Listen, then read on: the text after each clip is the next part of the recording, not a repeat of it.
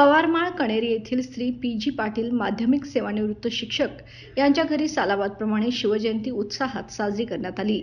या मंगलमय सोहळ्याचे पूजन उद्योजक व लेखक वसंत रामचंद्र सुतार यांच्या हस्ते करण्यात आले. सदर प्रसंगी घरातील महिला आणि बालकांनी ऐतिहासिक भूमिकांचे दर्शन घडवले. सुतार यांच्या सुना मेघा आणि भावना यांनी पारंपरिक वेशभूषा परिधान केली होती. विशेषतः त्यांची नात सिद्धी हिने पारंपरिक वेशभूषेत उपस्थितांचे लक्ष वेधले, तर नातू कृष्णराज हा बालशिवाजीच्या रूपात दिसून आला.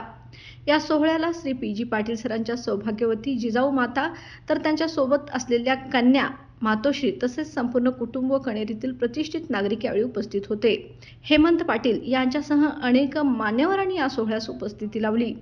यावेळी छत्रपती शिवाजी महाराजांच्या जीवनकार्यावर चर्चा करण्यात आली आणि महाराजांचे विचार नव्या पिढीपर्यंत पोहोचवण्याचा संकल्प करण्यात आला. उत्साह, श्रद्धा आणि पारंपरिक शिस्तीच्या वातावरणात शिवजयंती साजरी होत असल्याने हा सोहळा भावनिक आणि प्रेरणादायी ठरला.